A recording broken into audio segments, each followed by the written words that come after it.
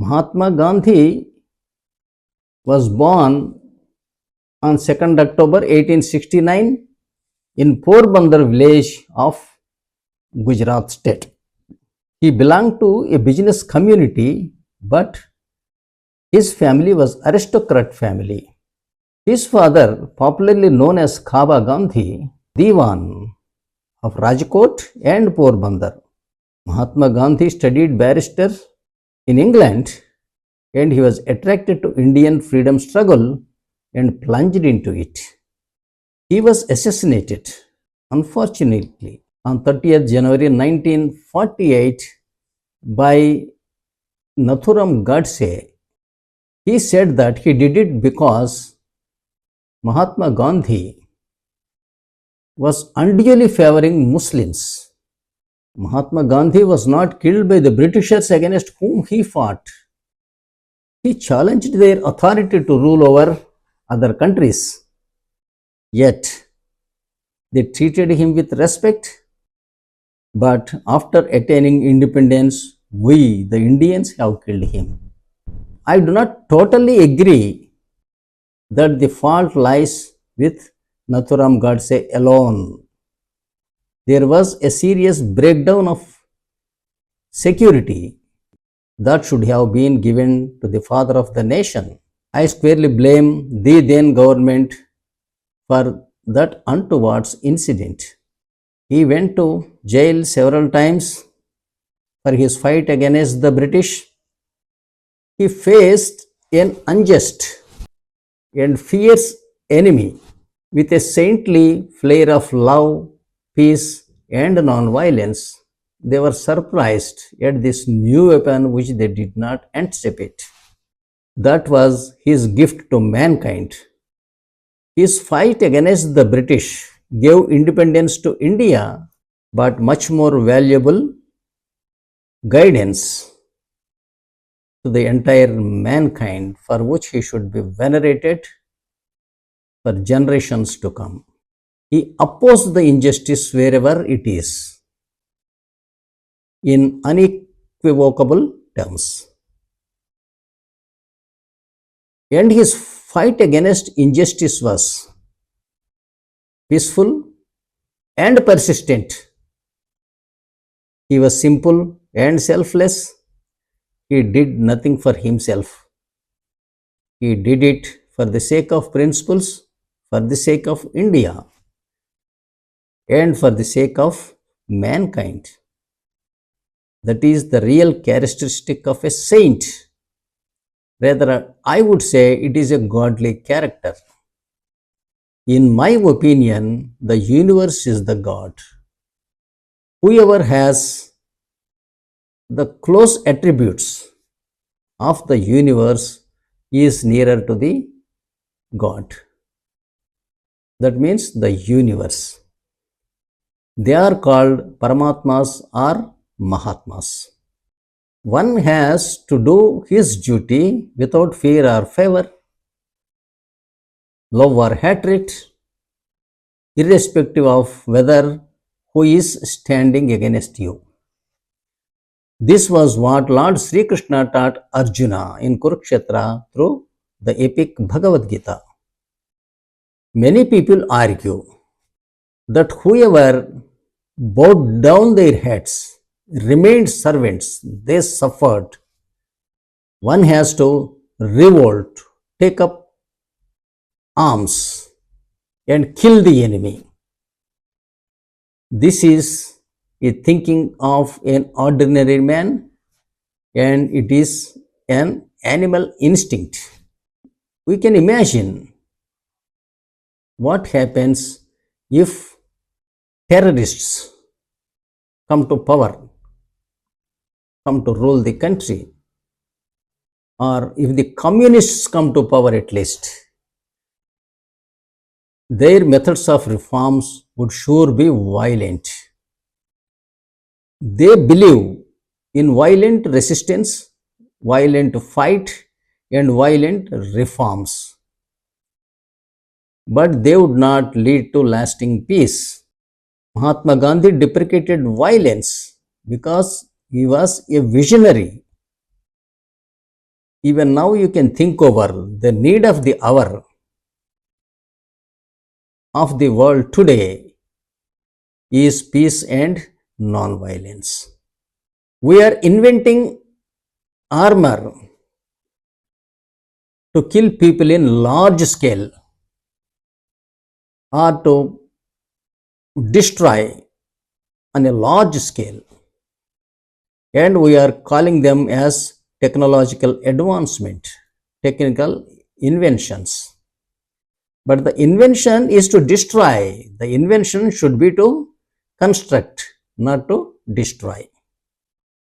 In our own experience, we have seen Indian freedom struggle. It was led by Mahatma Gandhi with non-violence.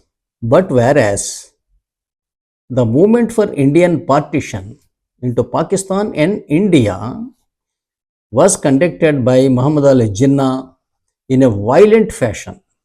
In 1946 itself, before we gained independence, there was large scale violence in the agitation for partition of India.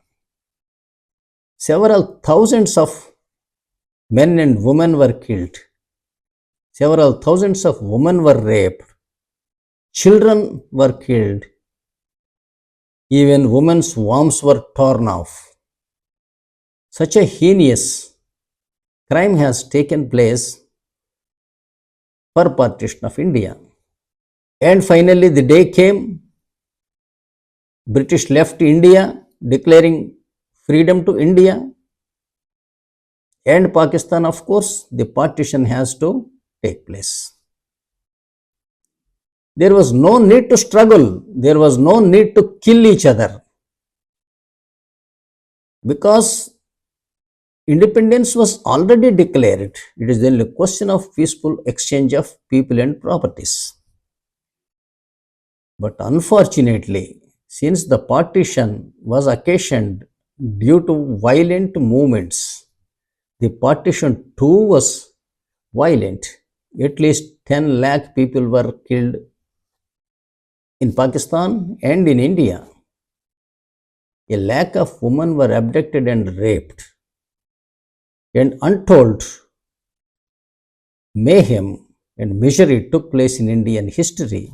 And what for? Who was fighting for whom? Once there was a fight for partition, that was over. The partition was decided and announced. And why people killed each other? Because that partition was achieved through violent means. So please remember, the independence or anything achieved with violence will not lead to lasting peace. That will result in much more violence in due course of time.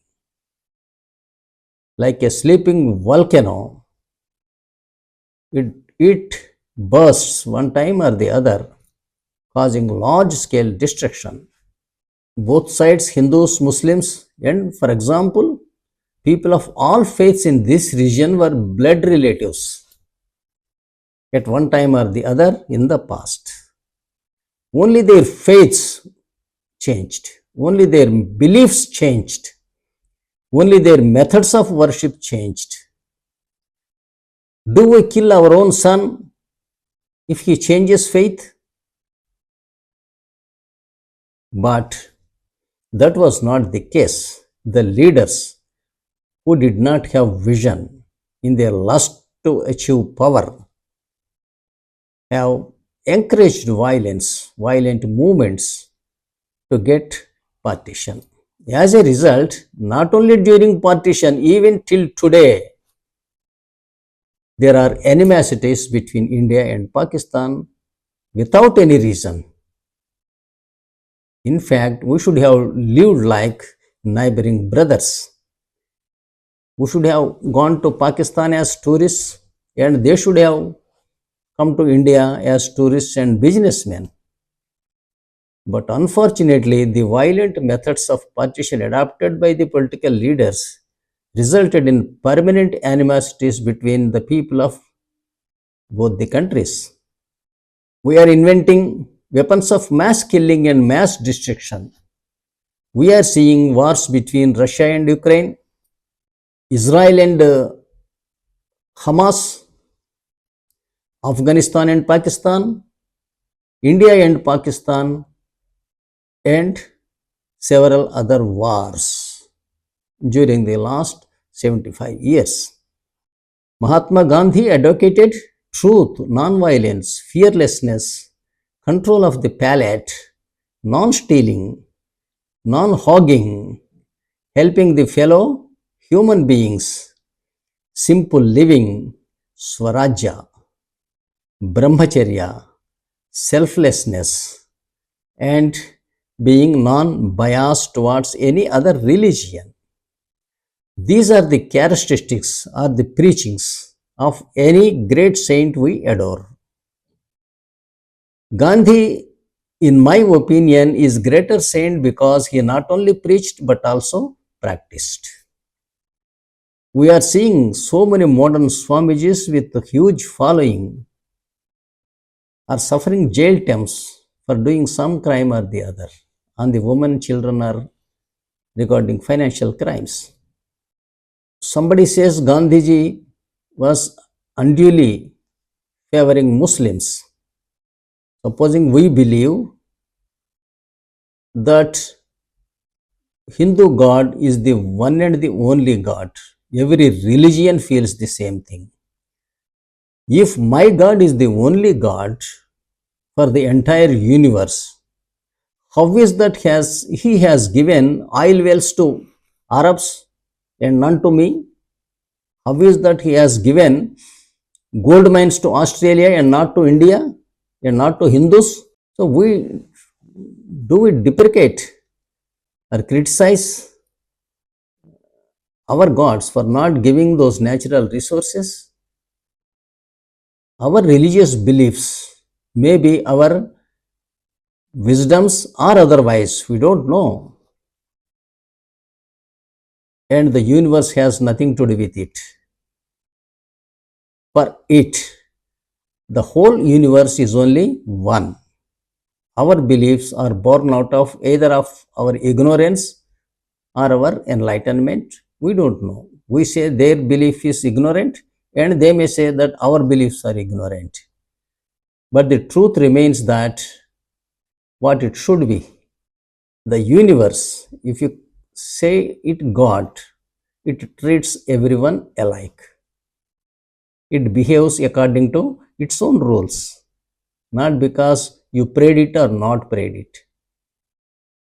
It only gives you good results if your thought and deed are good.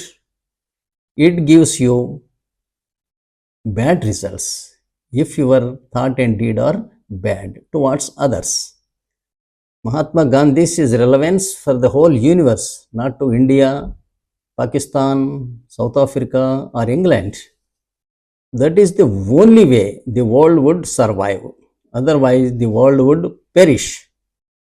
If we insult Mahatma Gandhi, please remember we are insulting India and we are insulting ourselves, the Indians. Because he is the pride of India. He is the greatest individual ever walked on this planet. I adore him more than any other god because he has given practical solutions to problems and he personally fought for that and he gained nothing out of that.